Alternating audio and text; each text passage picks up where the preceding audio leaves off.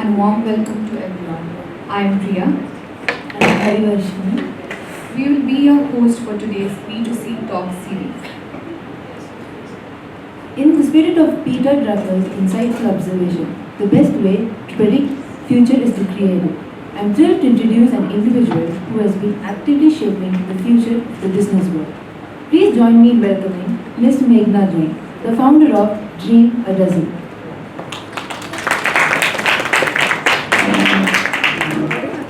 Ms. Megna Jain is an entrepreneur, baker, and public speaker.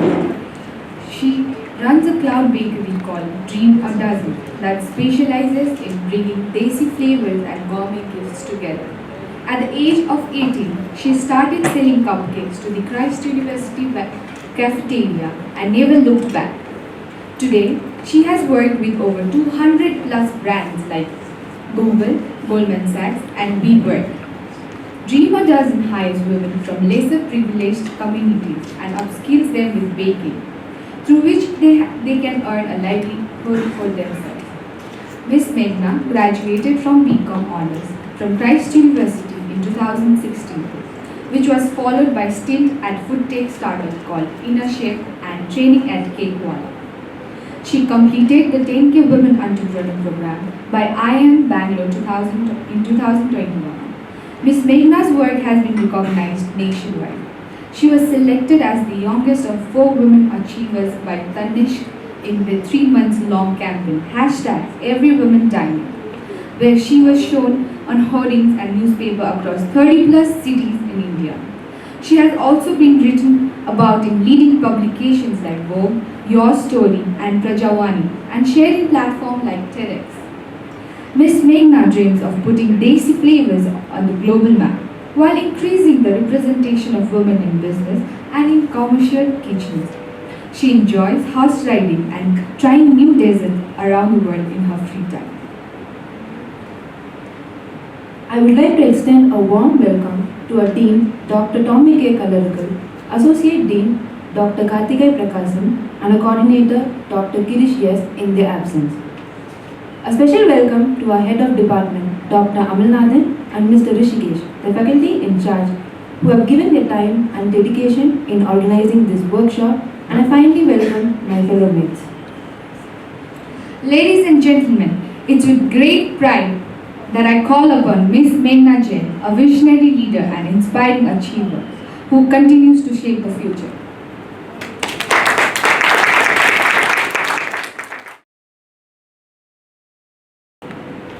Okay, hi guys, good afternoon.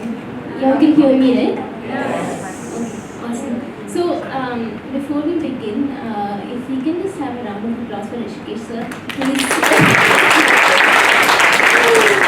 On behalf of all my founder friends, everyone he's helped, everyone who's there and not here today, and all of y'all who he's going to continue to help, and maybe a few years later, many of you might be standing here because he's just so resourceful, maintains a network, helps everyone who comes to him. It's just, I cannot thank him enough. So thank you so much, sir.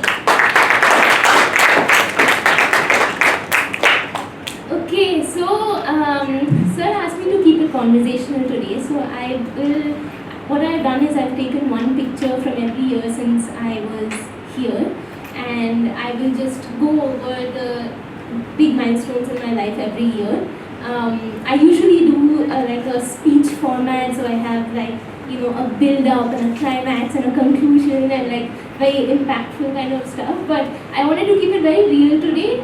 We will keep more questions, ask me interesting questions so I can give you exciting stories to take back. But in terms of the presentation, I will try to keep it as concise as possible. Yeah? Okay.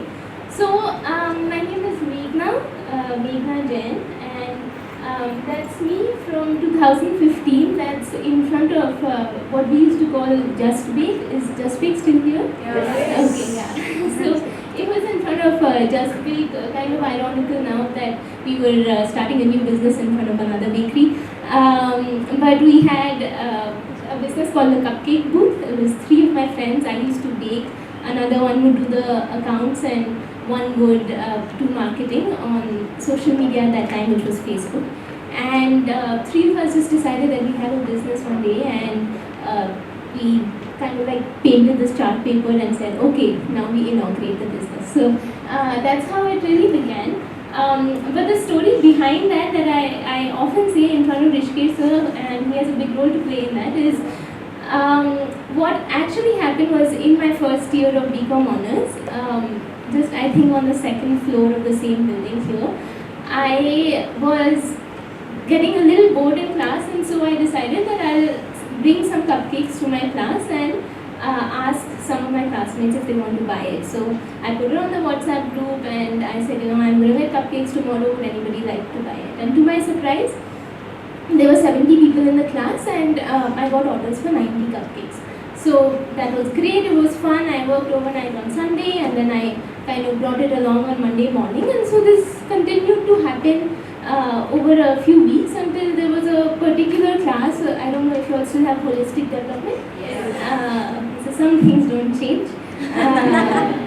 But we had a holistic development class, and the teacher was walking down the aisle, and instead of my books under the desk, I had frosting and cupcakes and sprinkles and all kinds of baking stuff.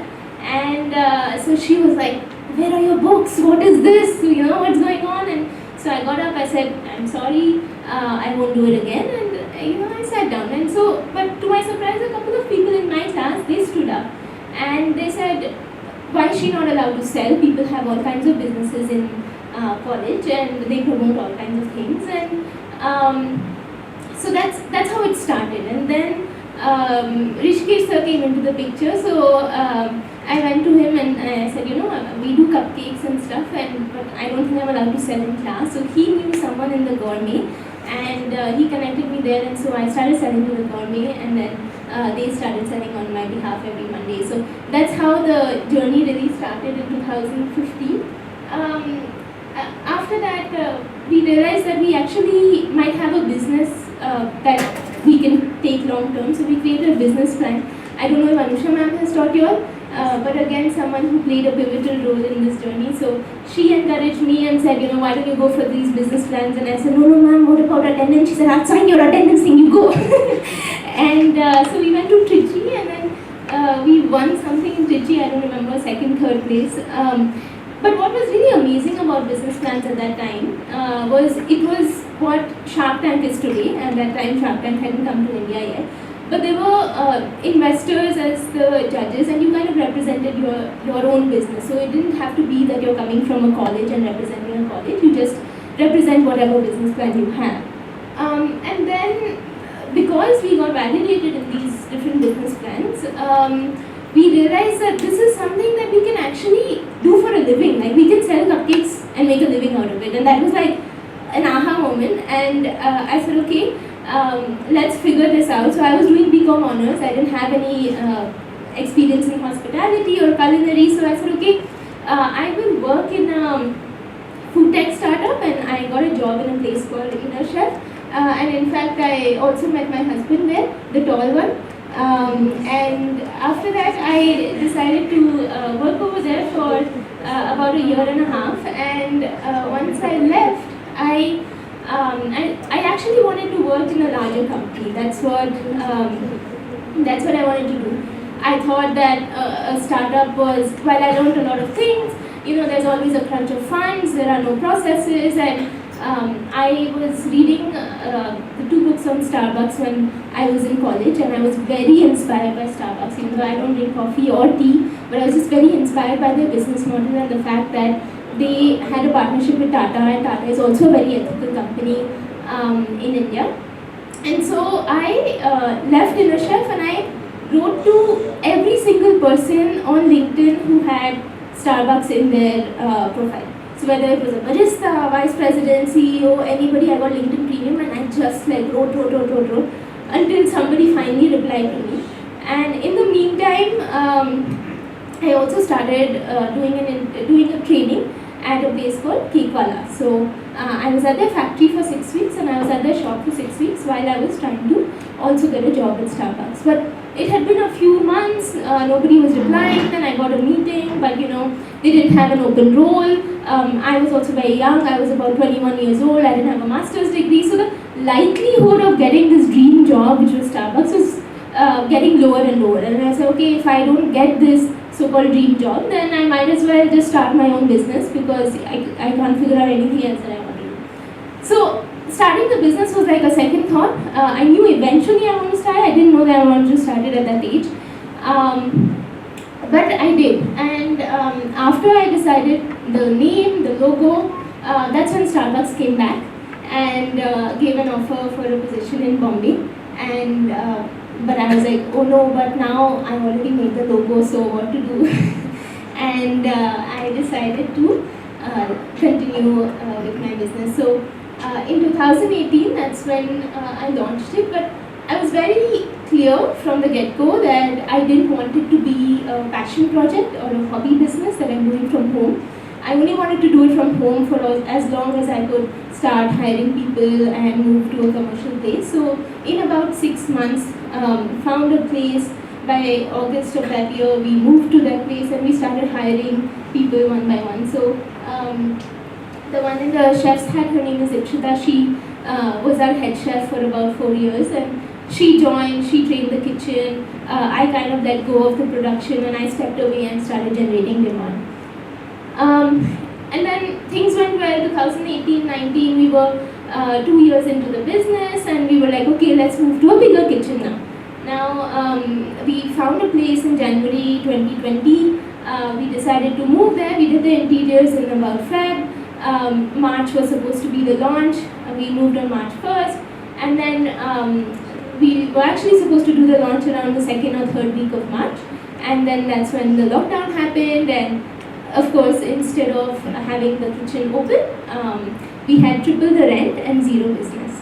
So we had to kind of like maneuver how things would be at that time. We were doing a lot of cupcakes, brownies, cakes, customized cakes, but our corporate clients told us that the festive season is coming, Diwali is coming, and we would love to do gift hampers from you, but then there is no point if you can't ship it across India. So this was a demand that came from our corporate clients, and we had never shipped anything across India. I had never even couriered anything in my life, forget about going to the post office or anything. I live with my parents, so my dad does all of that stuff. And I was like, okay, then I sent 2-3 trial couriers and I was like, let's do this. And so we changed up the packaging, we thought we figured out pan-India delivery, we did long shelf life products, and we kind of pivoted the business model to get into gifting. Now that year we sent out about 1,500 gift boxes, and we got into partnership with the Ron Courier folks. And so they were just blackmailing us. They wouldn't send out our shipments on time. I had HRs and VPs calling, asking where the shipments were.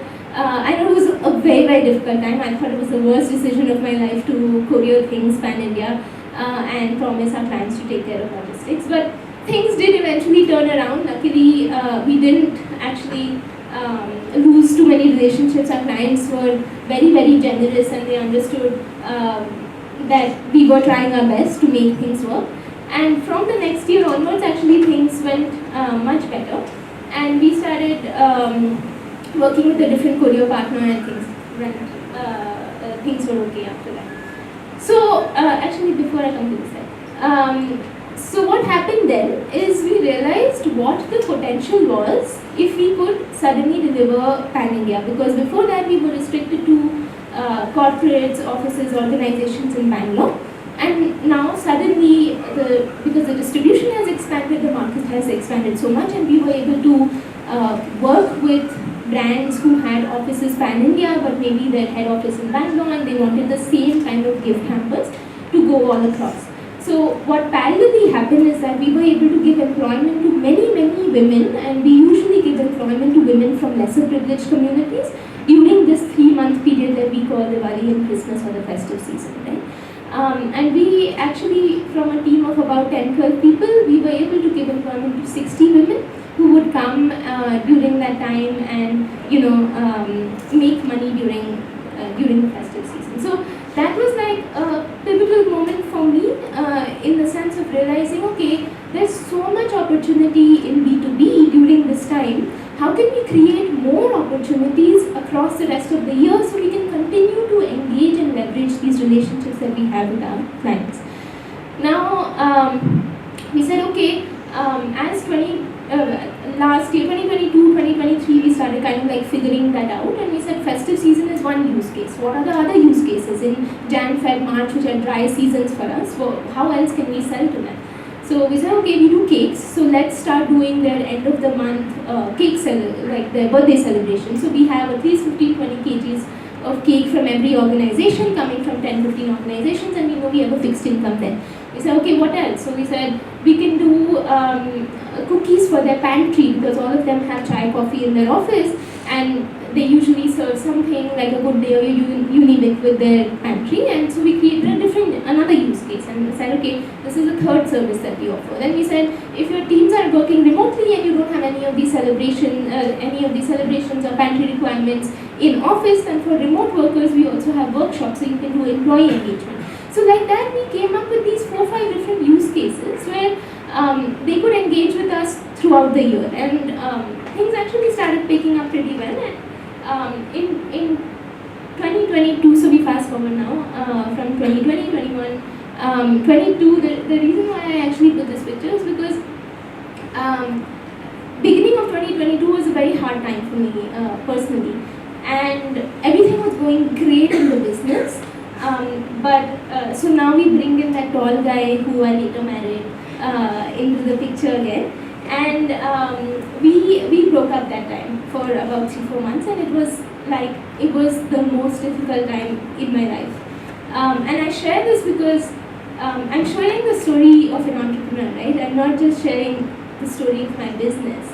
And for me, the business was everything. And because I was not able to function, the business was not able to function. And suddenly I realized that that's 100% of my identity. I had no other hobbies, I had nothing. I went to therapy, the therapist said, okay, what do you do in your free time? So I don't have free time, I work all the time. I don't have a hobby. I had one hobby is to make cupcakes, and then I started selling it, and now that's it. And so she said, okay, what about something you wanted to maybe do as a child?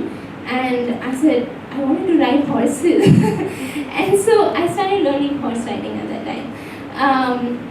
And eventually things started picking up personally as well, and things got better, but I never left horse riding. And I realized that that's such an important part of building multiple parts of your identity. So I say, okay, I'm an entrepreneur, but I'm also a horse rider, I'm also, my father's daughter. I have so many different identities, and I can get joy from any one of these parts of life, right? And I think in the beginning, when I had just started the business and I was very, very starry-eyed about it, I was very infatuated by entrepreneurship. I used to think, if you give 16 hours a day to this, there is no doubt that you will become a billionaire one day, right?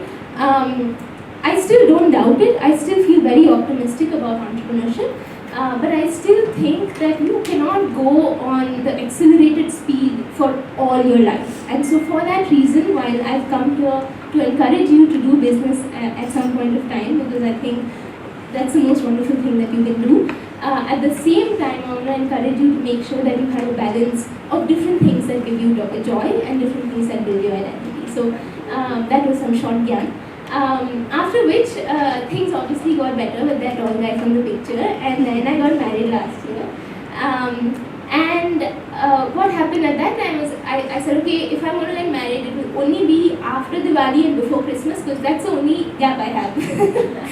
And so that's how it went. But during Diwali, what happened was we had this exercise where we reach out to all my LinkedIn contacts. We have a couple of interns who kind of write to them.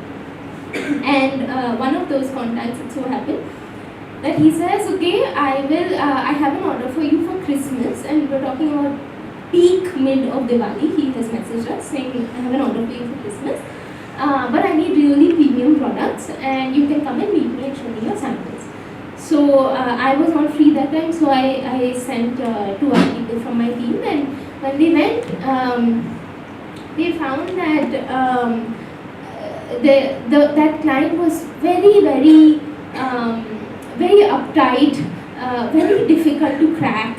and he just didn't like, he kept showing that, oh, I want something more premium, more expensive, and then finally he said, per hamper I have a budget of 15,000 rupees. Now we have never made hampers more than 6,000-7,000 rupees, honestly. But this person, he said, no, I want more premium, I want more premium. It has to match what my Australia employees are getting, what my US employees are getting, what my UK employees are getting. And so I spoke to him, and I spoke to him on a Google Meet, and he kind of gave me a list of all the items that he wants. And then he agreed somehow to give us another meeting. Now before that meeting, I usually do a lot of research, whatever research we can do on the internet about the client that we are trying to meet. And I tried to see his LinkedIn, I tried to find him on Instagram, all kinds of things. And I couldn't find much on LinkedIn except for the fact that he followed 4 people on LinkedIn, and all 4 were judges of Shark Tank. So I was like, this guy likes startups. And even though he is seeming very rigid, there is some soft corner inside him that likes startups.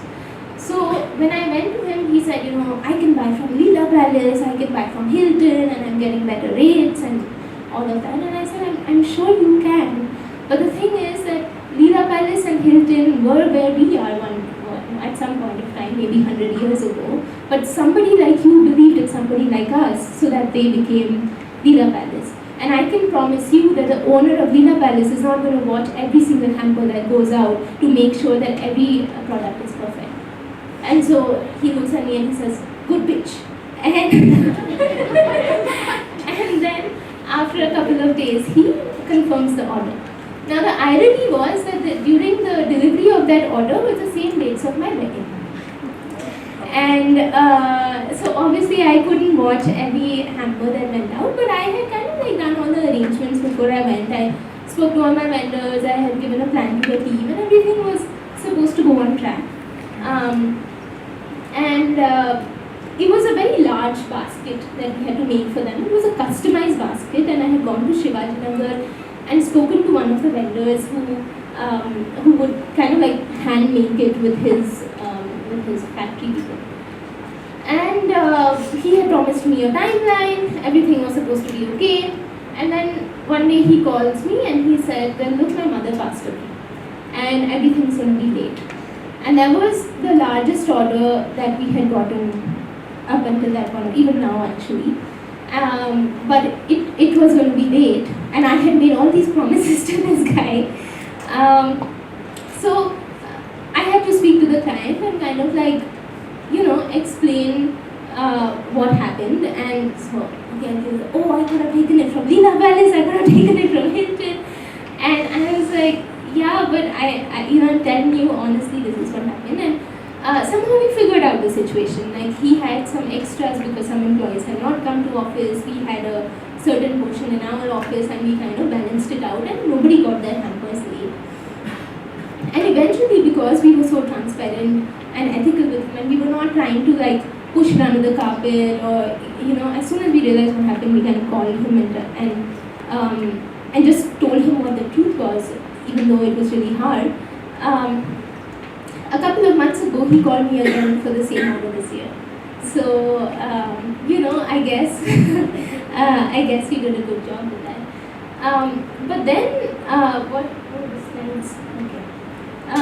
Okay. And then what happened is, one of my clients, one of my B2B clients, so by now you have realized that I work with a lot of corporate companies, and sometimes you have to work with companies who will work with other companies, right? So you're working with like a middleman. That person will take a commission so that he can give it to their clients. They are marketing and doing sales on your behalf. That's a very normal thing, and this particular company is a co-working space, and they are one of our largest clients in terms of how regularly they take it, and they have 300 clients within their different buildings. Okay, so these guys weren't making our payment, and I have a good relationship with them, so by half angrily, half jokingly, I was like, oh, you guys don't do any work, and then you take 15% commission, and we are doing all the work, and now you're not making our payment. And so he says, yeah, that's right, but the thing is, your product won't sell without our tag anyway.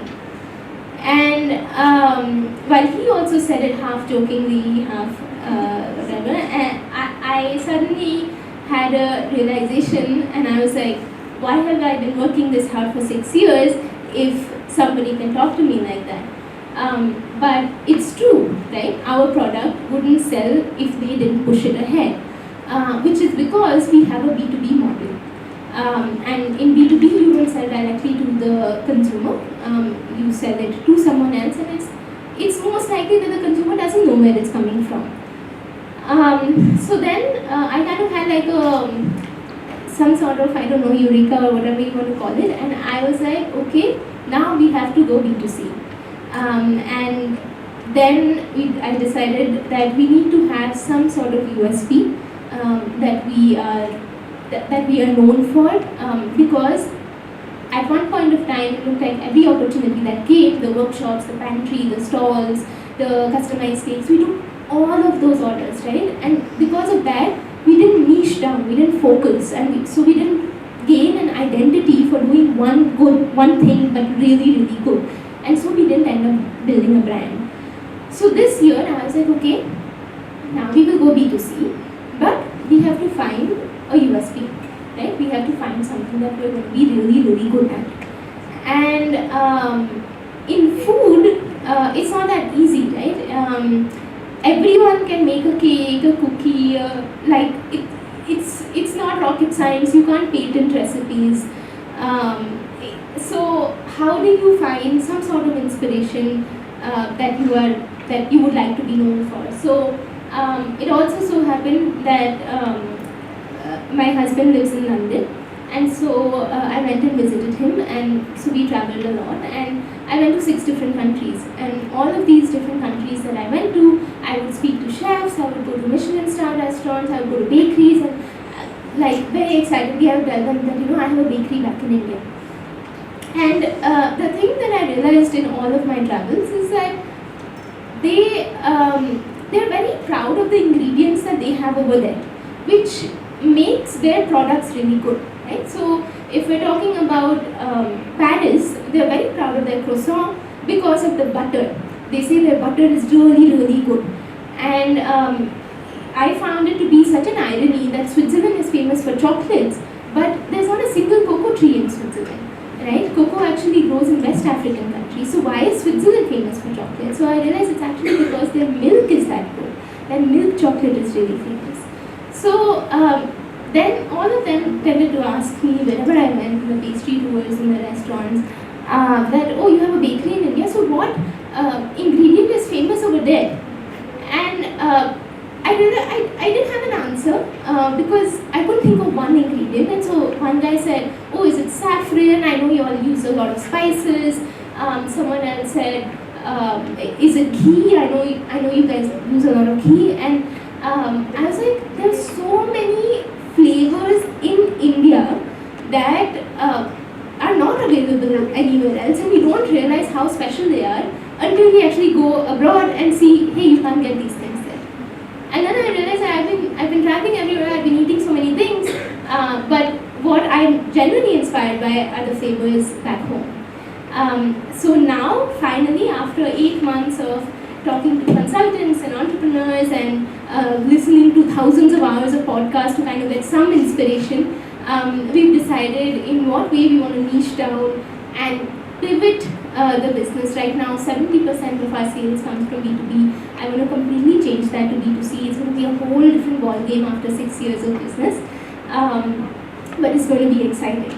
And Rishikesh sir told me that you all are looking at different problem statements that are interesting in business. So I'll share one with you that I'm going through right now, which is that most of our production right now is happening for either these corporate orders that are for pantries, which means that we have bulk production for each company, about 100 kgs of cookies per company per week. And at the same time for our gift boxes. But for the first time, we are working at full capacity for 12 hours a day, in the sense that our ovens are on for 12 hours a day. And because we have an all-women kitchen, we can't do a night shift. So I can't run my ovens for 24 hours, which means that either I invest in bigger equipment, something that will help me scale up production. Or you guys give me the other solution.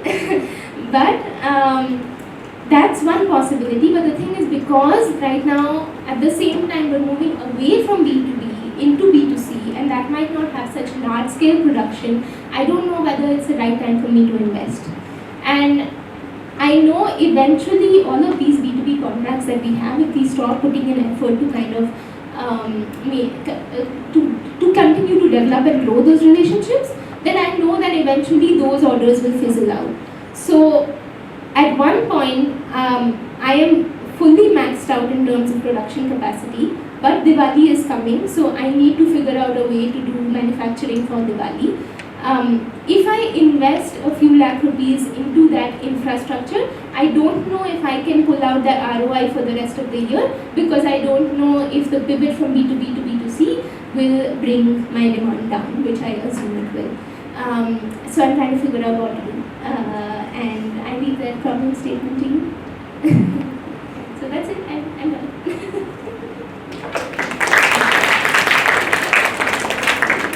Oh, I have more slides also. Okay, it's okay. That's it. Do you have any questions?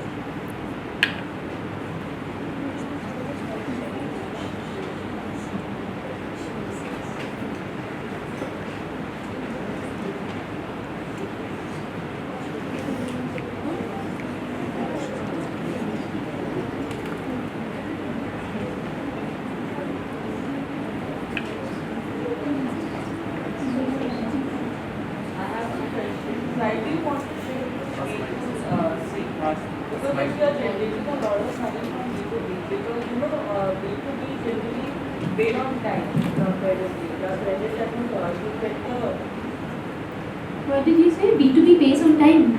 No, it's not exactly, but you earn more money through B2B. I do agree. I do agree. That's true that revenue is larger from B2B, but you can't build a brand from B2B.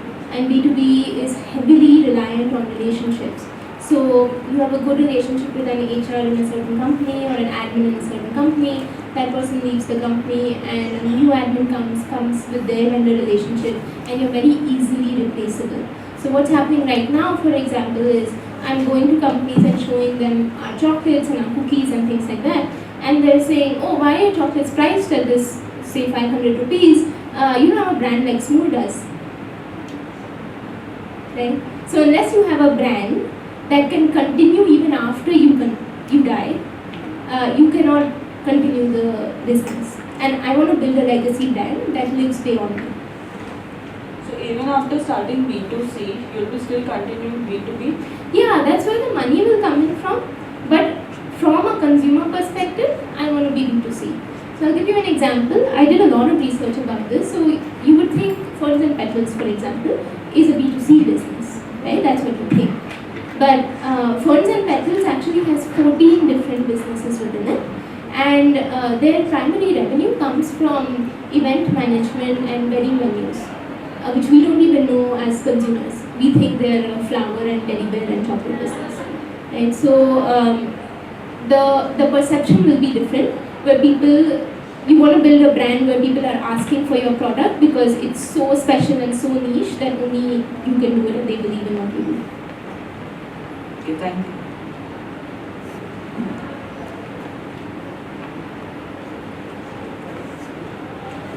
So once you're starting your B2C, will your focus be only on, like as you said, you need to invest in, like if you're going for B2C, you need to invest more, right? So what about your employees? Do you need to increase the number of your employees?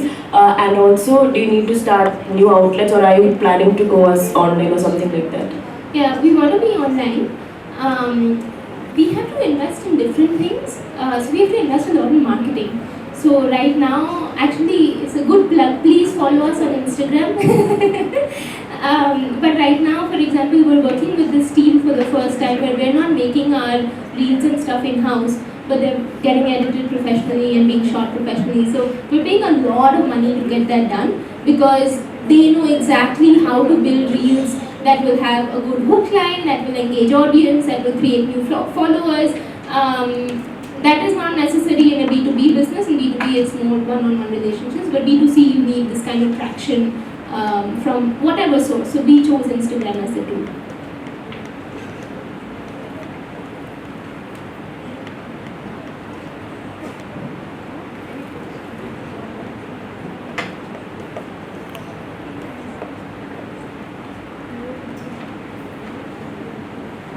Wait, I put my Insta handle, okay? You guys have to follow it. Sorry? Oh, you're already following? Thanks.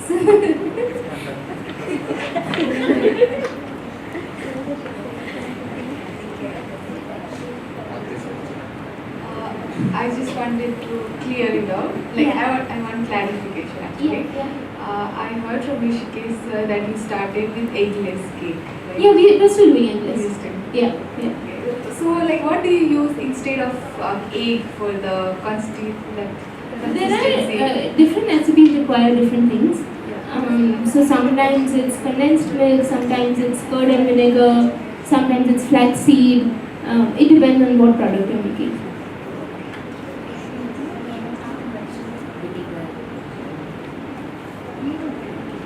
So when you are pitching to like clients, so they would like want, okay, I want a certain brand of product in the package. So how do you make them believe, okay, mine is better than what is available in the market? As you said, like In B2B, you mean? yes, as you said, like smooth chocolates are like very big in Yeah. corporate gifting. Like. Yes. So how do you like differentiate from them? So B2B is very heavily reliant on relationships, and the thing is, people don't buy from people. People don't buy products. People buy from people, right? So you need to develop a trust with them, and you have to tell them that their order is going to be your priority. It's the same way that I pitched to that particular company, where I said I am going to personally look at every single order, which is true. I also do that, but Smool right now won't have the bandwidth to do that, right? Vimal Sharma is not going to look at every single order that goes out. So for now, at the size that we are at, we use that as something to develop the relationship. But there are a lot of other things, because we've been around for 6 years now. People do trust that we're doing things better. Like for example, we don't use preservatives. Like Priya said, we're fully eggless. So there are different things that appeal to different people. I was just speaking to a client this morning. She said, no, I want only healthy. So we also do millet-based products. So yeah, yesterday one of the clients said, I wanted to be sustainable. I don't want the box or the gift hamper to go waste. So I said, we can do jute bags for you. So the fact that we can customize, because we are at a smaller scale right now, really works to our advantage when we pitch as a differentiator.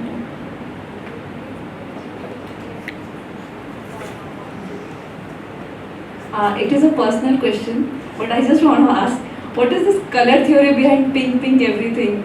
Like, everything is pink, you You're going to remember it. It's called recall. Oh, yeah. Yeah, you're going to remember. I never not wear pink. Rishikesh sir will tell you, I never not wear pink if I'm speaking publicly. Yeah, so you will remember it from, sometimes we go to companies or to institutions and people will say, oh, I saw your pink stall like from half a kilometer away. And I knew going into this, if you understand consumer psychology in terms of colors, you have something really bright. So for example, your McDonald's, Domino's, all of them have the color red, right? Because on a highway, you're driving down a highway and you want to see that bright yellow or that bright red. So that's the reason why they use those colors. So I didn't want to use yellow or red, but yeah, pink worked for me. Thank you.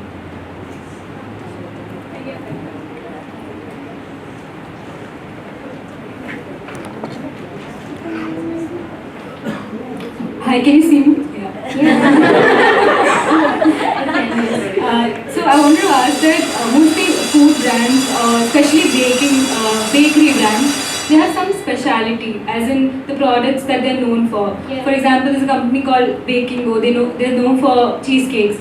there are other companies like that. So have you and you also mentioned that in Switzerland they're known for chocolates. Yeah. So have you identified a product that will help you brand your company, as in it would help you in branding as well, right? So have you identified any product and how you're looking to, like how you're approaching your branding? Yeah, that's a very relevant question for what I'm working on like right now.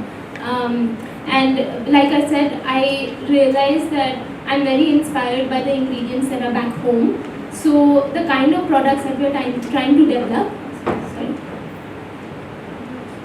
the kind of products that we're trying to develop are things like, so we have a cookie that we're launching tonight. It's called a besan laddu cookie, and it tastes exactly like besan laddu. We're using the same ingredients, but we have baked it into a cookie. Similarly, we're taking nostalgic, familiar flavors.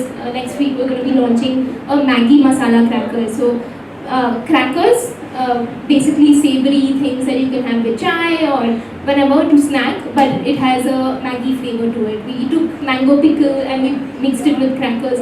So, trying to do things that will come under the tag of gourmet gifting, but with desi flavors. So, what I realized is sometimes people look at the word gourmet and think that it's Western. But gourmet doesn't mean Western. If you actually just look up the meaning, gourmet means high quality. So why not take desi flavors and make them gourmet, make them high quality, and kind of want to position myself. So when you talk about gourmet, people also have this perception that gourmet products will be very expensive.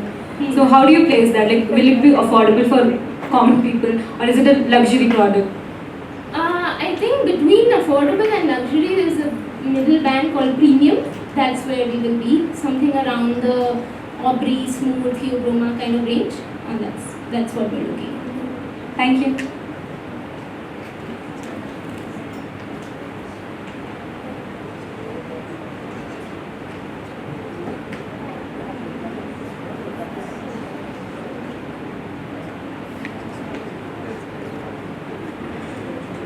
Okay, so I have a question for you all. I know that a lot of my founder friends have come here. Paul was here, Aishwarya was here. What did you all learn from their businesses? Is there anyone working on a project with them or? Yes. Yeah? Okay. What did you guys learn?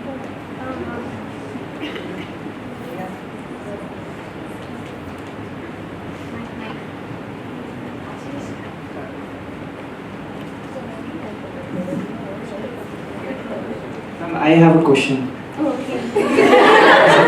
Okay. Please go ahead. So basically you're going into B2C market. B2B is like whoever gives me the cheap, I'll take from him. Not That is the deal. always. Not always. Because I have seen my elder brother work in corporate. So every year they have a new partner coming into Diwali, Christmas and everything. It's not like the same person offering the same thing. Like every occasion, every the partner coming in for the gift hampers. So how you retain your customers in B2B first? Let me be clear, B2B. So we have had clients who've come back for the third year and fourth year even. It's not always that they fight on price. Sometimes they are a bit flexible. I have personally seen that the larger the company, the more sensitive they are to pricing. So something like a Goldman Sachs, 8,000, 10,000 employees, very tricky to crack for Diwali. But something with 500 to 1,000 employees, that's the sweet spot for me. If it's less than 500 employees, a lot of companies have a kind of struggle that the vendor will not customize for them. But we are okay even for 100 to 200 units to customize for them. So again, that's a differentiator where they like to work with us. And as you told, you want to go to B2C and you are looking to invest in the capital for the machinery or the baking things. I'm not sure yet what to do. Okay, Yeah. because if you go into B2C, that is not B2C is a regular, source of income. But it is not in B2B. So if you go investing, why don't you go for outsourcing? Like Yeah. you manufacture by someone else and you just try to market it by dream or dozen. Yeah, that's exactly, I wanted that answer to come out of one of y'all, so kudos to you. That is exactly what the alternate is. We might outsource and we might invest in further machinery. what I realize as an entrepreneur, I'm a solo entrepreneur, right? So a lot of times you find partners where one person looks at supply, one person looks at demand.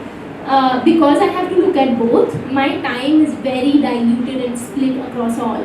So while I am taking care of, say, investing in machinery, making sure the assembly line is okay, we are hiring enough chefs, I'm not able to generate demand, right? And you do have teams, of course, who do that, but ultimately the buck stops with you. So that is one consideration. Perhaps if we get good pricing, we have spoken to a few people who manufacture, at least for the time being, to take care of that peak Diwali season. And then if we are able to retain that continuously, then maybe we'll just invest in machinery and know that we'll get the ROI out of the machinery. So for B2C, who are your target customers?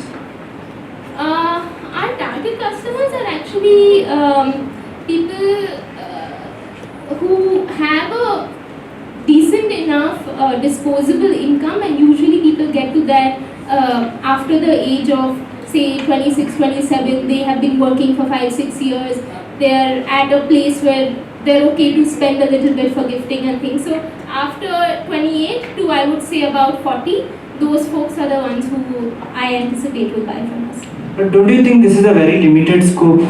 No, have you seen the population of India? Not sure, but maybe middle class people you are not targeting among them. I'm asking, like, if you are looking for the further dates. It's a huge market. I mean, because gifting is quite an interesting industry, because anything under the sun can be a gift, right?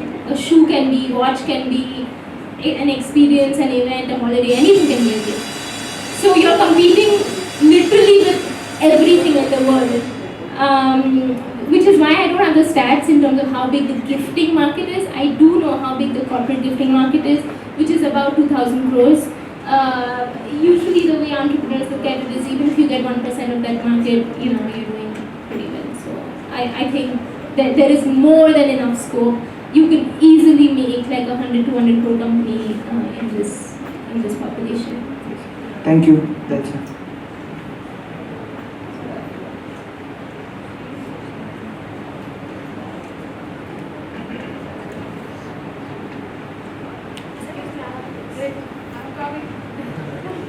You can just shout, it's okay.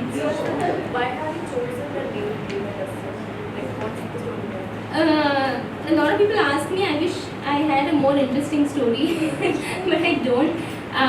At one point of time, I told you I was hoping to get into Starbucks, so I was also speaking to other large QSRs, restaurant chains, etc. And I had interviewed with Dunkin' Donuts, but Dunkin' Donuts told me that they were downsizing that time, and I also observed their business model where they were trying to sell burgers.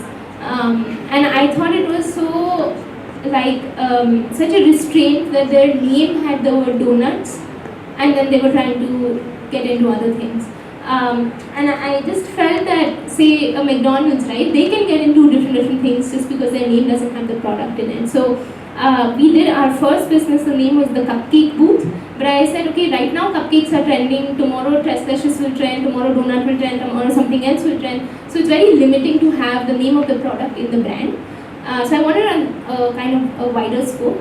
And then there were so many possibilities, you could get chocolate spoon, sugar this, sugar that, sweet tooth, all kinds of names that I considered. But before I started the business, I wanted to file for a trademark for the name, and none of those were available. And then at the same time, I also really believe in the power of dreams. I think that if you can dream it, you can do it. And I think everything happens in your mind and then in reality. And so it just kind of, I like alliterations, and it came together, and I thought dozen represented a dozen cupcakes. And it worked.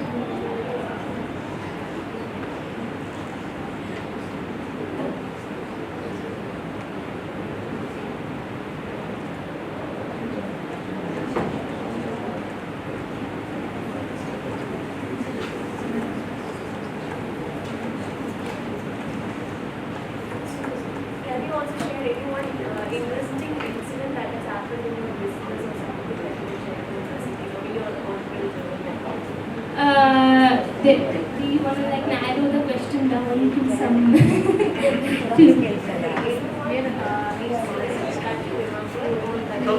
client experience is good.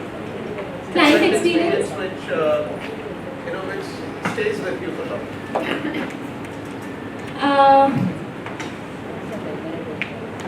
Client I experience. remember you had once narrated a cancer patient's story.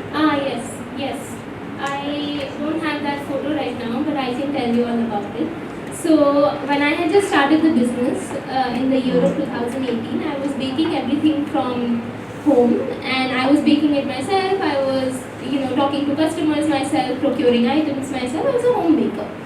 And I got a call from someone. He was a first-time customer, and he said that, can you make a cake for tonight? Now, I did not take same-day orders at that time because I was doing it all myself, so I was very reluctant. But he said, it's a really simple design. Please look at it, because the baker that I had ordered from, she cancelled last minute, and I want to gift this to my sister. And so when I saw the design, it was a grey color ribbon. So like a ribbon kind of sign, but I personally only seen a ribbon in pink that usually represents breast cancer. So I said, I don't have grey color food coloring, can I use a different color? And he said, no, the color is important. And when I asked him the message on the cake, it said, no more chemo. And it was for his sister, and she was about our age. And I googled what grey color ribbon meant, and it was brain cancer. And so his sister around our age had just finished chemotherapy for brain cancer. And of course I said, okay, I'll make the cake, and then we delivered it. And so then his sister messaged, and she said, thank you so much for making my day. And since then, actually, we've been doing their birthday cakes every year. I have a great relationship with the sister, with the whole family. And it gave me a huge realization that we're in the business of celebrations and gifting and everything. It's not just celebrating like a birthday or a baby shower. You're celebrating life. It's a very happy business to be in. And so I say the story often and most often to my team because it really, really inspires me that we're part of celebrating someone's life, which is amazing. And we have customers like that all the time. We have someone who, for her baby shower, ordered from us, and now the child is going to school, and we made all 6 birthday cakes, and they're her half birthday cakes and things. So we have these old relationships that we really cherish. So yeah. So one last question from me. So as of now, you are in B2B, and how do you create this demand? As you said, you are looking into creating demand and all. How are you getting new customers? Like, since it's a corporate, you're providing for corporates. Yeah. I'm not sure whether they will go and tell to the next company or not. It's not like that, right? So how are you creating the demand for your product as of now? You mean how did I create it for B2B, or how will I create it for B2C? B2B. As of now, how How are you did I creating? create it? Okay, so there isn't one single answer. You literally do 100 things, and you shoot in the dark and wherever it lands. But we use LinkedIn very actively. I had an intern who would just log into my account, and every morning at 6 a.m. send as many requests as possible until LinkedIn would block her for that day, and then she would restart the next day. And so right now I have around 10,000 connections on LinkedIn, and so we're leveraging that to kind of build more. Right now we're also working with a lot of automated email workflows. So email marketing is a thing, and email marketing is one of those things where while the conversion rate is low, it's very inexpensive. So if you send an email, say I sent an introductory email to 5,000 people, and say 300 people open the email. Now, because of that automation, the people who open the email, they will get a different follow-up mail, and the people who didn't open the email will get a different follow-up mail, and maybe 20 people out of that who clicked on the CTA will get a different follow-up mail. So these are all tools that you can use to save time. Apart from manually doing cold calls, we're also right now exploring an AI tool where we feed in all the information about our product, and she makes those cold calls. So we can give her 10,000 phone numbers. And right now, because AI is new, it's also cheap, and she will call people. If the person asks questions, she is able to answer those questions and then set up a meeting with us so they can qualify the lead and then we can, have that. So number of different things. We've done walk-ins. Oh, that's a very exciting story actually, I'll tell you. So we had gone to this particular client near MG Road, and we do, sorry, are you saying something to me? Okay, sorry. We had gone to this client near MG Road, and we realized that we knew before we went, so whenever we go to any tech park, you know that at least a few dozen companies are sitting in their tech park. And if you have entry once because you have a meeting with some client, then you're in the building. And so we would walk in to clients, and that's really difficult. So you start from the top floor and then you go down, and then wherever you kind of like put out the security and you do something, so can you call your HR, can you call admin, can you call whatever. You meet someone in the lift and you say, I'm from this company, can you call the HR from your company. So we realized that Apple was in the same company, in the same building.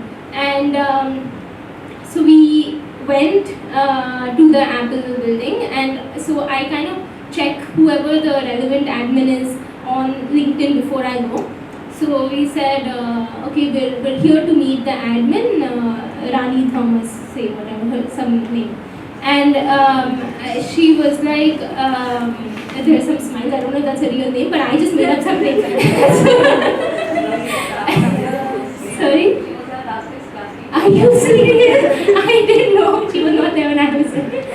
Okay, but anyway, some XYZ name. So we went to the security and we say that, okay, is this person there? And that person, and we say it with such confidence that the security really does believe that we have a meeting with her. And so he said, oh no, she doesn't sit in this building, she sits in block A on the second floor. So we go to block A on the second floor and say, okay, we're here to meet Mrs. Rani. And so that person is also confused, do you have a meeting? Say, no, we don't have a meeting, but you can call her, you can call her out. And so he's confused by our overconfidence, as though we actually know this person. And we managed to meet the admin of Apple and give her our samples. So, you don't know what works. We have met so many clients, walked in like that, and I always say sales builds your character like nothing else. To be able to walk up to a stranger and say, okay, can you do me this favor? Will you check out my samples? Will you give me 5 minutes of your time? It's the biggest flex that you can have, because if you can learn how to influence people, you can literally do anything in life. So yeah, there are hundreds of answers of how we got clients. Thank you.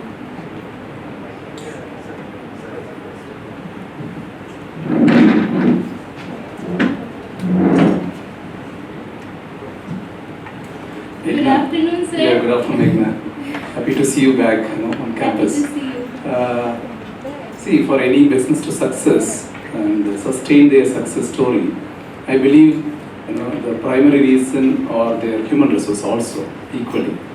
So, how do you recruit your, employees, and how many permanent employees do you have, or do you have all employees as like, seasonal, based? How do you maintain, relationship with your employees, and how do you make them loyal employees who ensure that the quality is not compromised at any cost?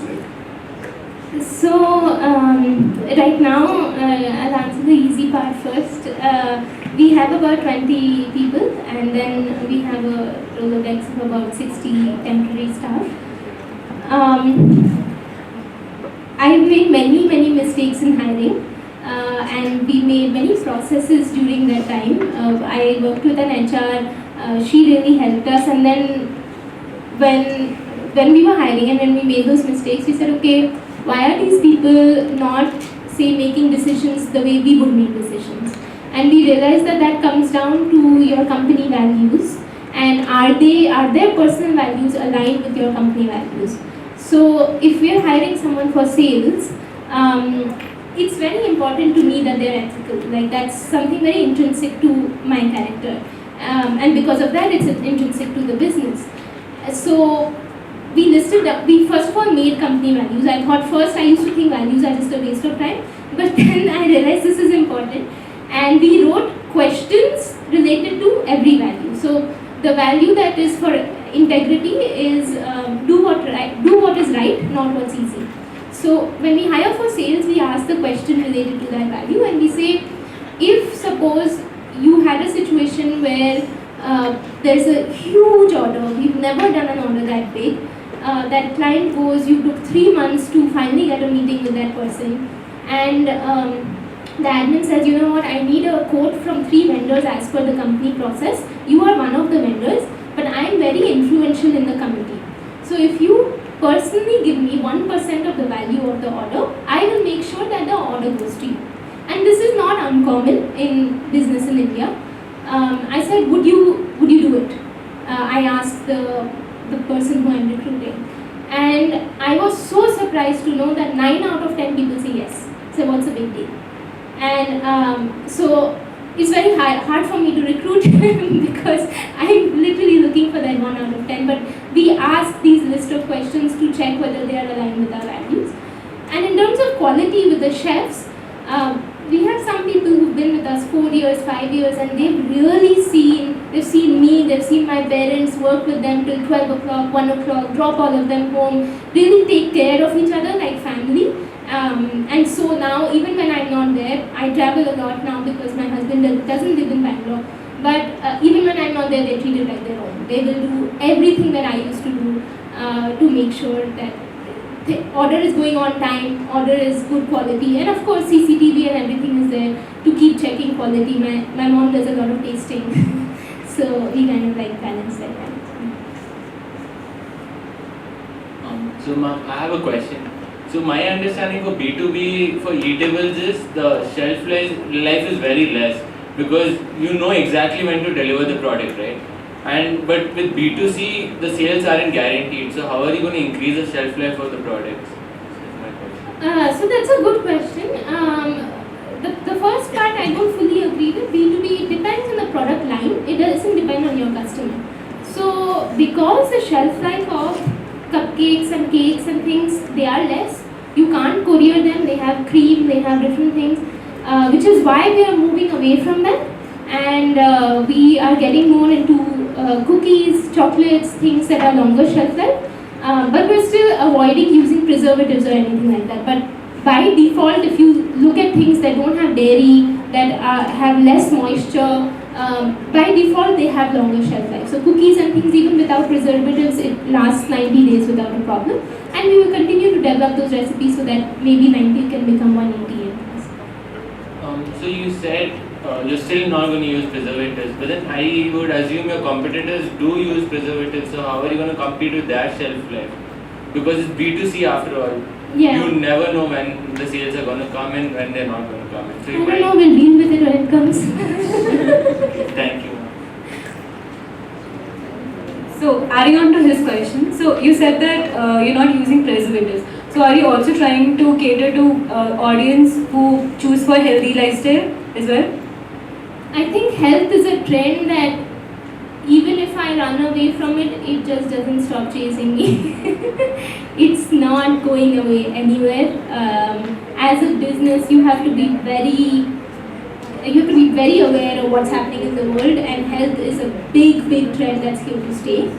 But at the same time, health right now is not defined as a word. So some people would say without preservatives means healthy. Someone will say without maida means healthy. Someone will say with millet. Someone will say without refined sugar. Someone will say stevia is not healthy. Someone says jaggery is the same as white sugar. So healthy as a word doesn't have right now a specific definition that the audience likes. So having said that, it's a little bit conflicting for me because I also say want my family to eat healthy. I want to eat healthy. But when we make our things, it's not like we're, making a ragi cake and asking you to eat that on your birthday, right? And then I realized why I'm feeling this internal conflict. I don't feel that when you are indulging, which is once a year for your birthday, or a celebration that you have maybe once a quarter, I don't think at that time you should have. You need to really have something that's very restrictive. That's my belief. And I know there are enough number of people who also believe the same thing. So you can sell either ways, but yes, healthy is not going anywhere. Thank you.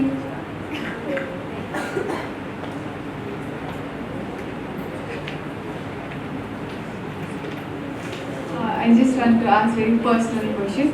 When you started, like what is the maximum number of cakes or cupcakes that you made, like in When I one day? Like, Started, yeah, on my own, I think I made 300 cupcakes. like in one day? In one day, yeah. At that time, I had a very small oven. My oven was around 5,000 rupees. It was an OTG. And it makes, I think it was making 12 at a time. So I made 12 at a time, 300 divided by 12 as many times. So yeah. But today we use an oven that's 50,000 rupees and then another that's more than that. So you can make a lot more. Are you selling in Christ? Why? You are not my target audience anymore. That works.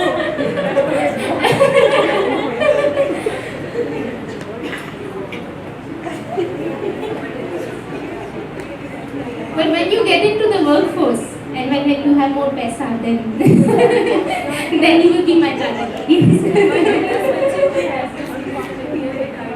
She has a business.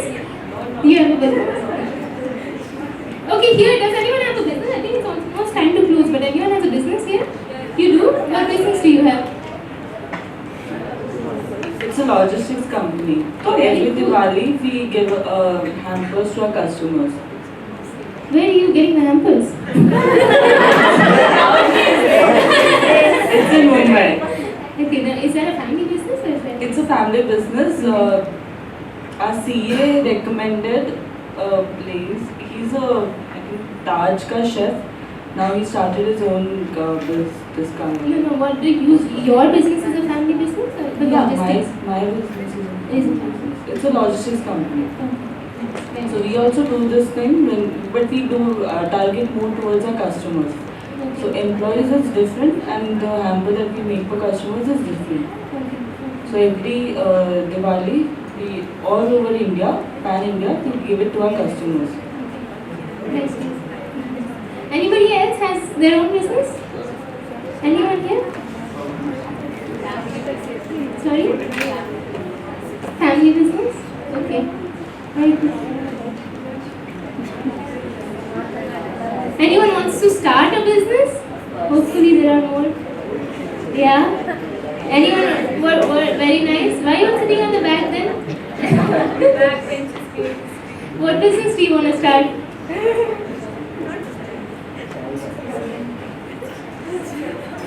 So I have a lot of ideas, but right now, That's okay, that's okay. yeah. So but right now the only idea I'm looking after is it's again B2B business, and it's I think I'll take the whole class if I talk about it. But it's basically a kind of billing system where at the end the customers know exactly what the bill is split between them.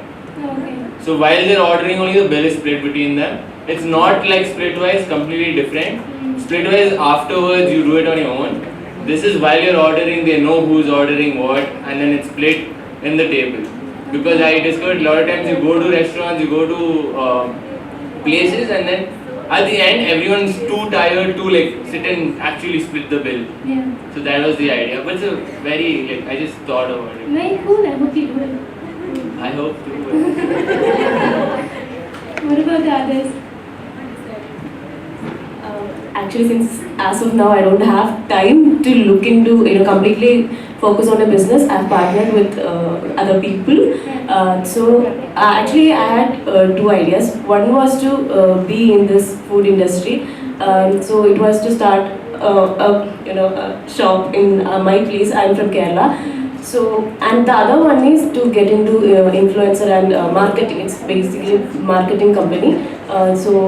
That's what, like, I have partnered with a marketing agency. So as of now, that's my business idea. Very cool. Yeah. I'm guessing it's time. Is it time? We are wrap up.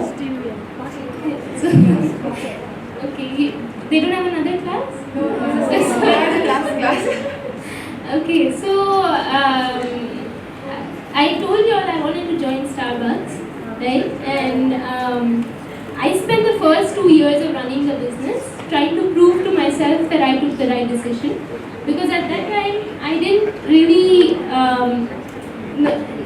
nobody told me what I should do, so it was just a decision of my own. My parents were like, either ways is okay, although a lot of people encouraged me to join Starbucks because it's a big company.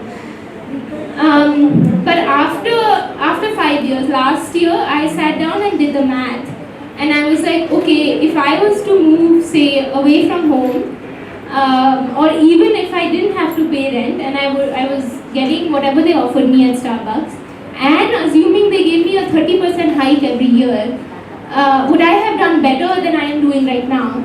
And the answer was hell no.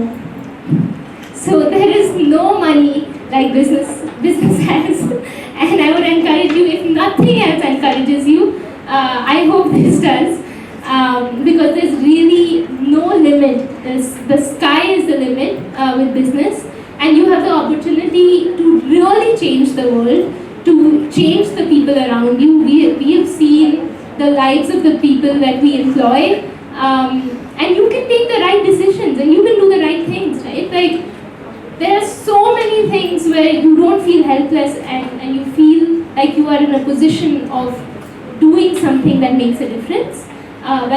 For us, it's sustainable packaging, it's giving employment to people for whom it's making a difference, it's buying from vendors who are not like, say, made in China products, but someone who's making it handmade, working with NGOs. You can do a lot of things that will make you feel really, really good. And what I didn't cover is it brings you opportunities, right? So you see, do you know who that is? He came to our kitchen. Do you know who that is? That's Lakshmi Mittal. That's Lakshmi Mittal. He is one of the richest people, at one time the richest person in the world. He's the steel magnate of the world, India, and right now in the top 10. I got an opportunity to meet him. See, Kai Chandu came to our kitchen. I was on hoardings across the country, across airports, all of that. These opportunities, they don't come to you salaried. So go out there, create something, build businesses, give opportunities. You're smart people, and you must do that. You must do that. It's your responsibility with everything that your parents gave you, that you build on everything they sacrificed and do something that makes you very proud and them very proud. So yeah, that's my person. On behalf of everyone present, I would like to extend our heartfelt gratitude to Ms. Megna Jain for her enlightening and inspiring speech about her journey as a founder of Dream Adazi. Your insights into the challenges and triumphs of leading a company that offers livelihood and upskilling of women were truly captivating. The knowledge and experiences you shared will undoubtedly serve as valuable resource for our audience as they embark on writing their case studies. I would like to extend our deepest gratitude to Dean Dr. Domi K. Kalikal, Associate Dean Dr. Karthikay Prakasan, and Coordinator Dr. Girish S. Special thanks go to our dedicated teaching faculty, our Head of Department Dr. Amalnathan and Mr. Rishikesh, whose expertise, hard work and their commitment to nurturing talent, promoting research and enhancing the quality of education plays an important role in our success.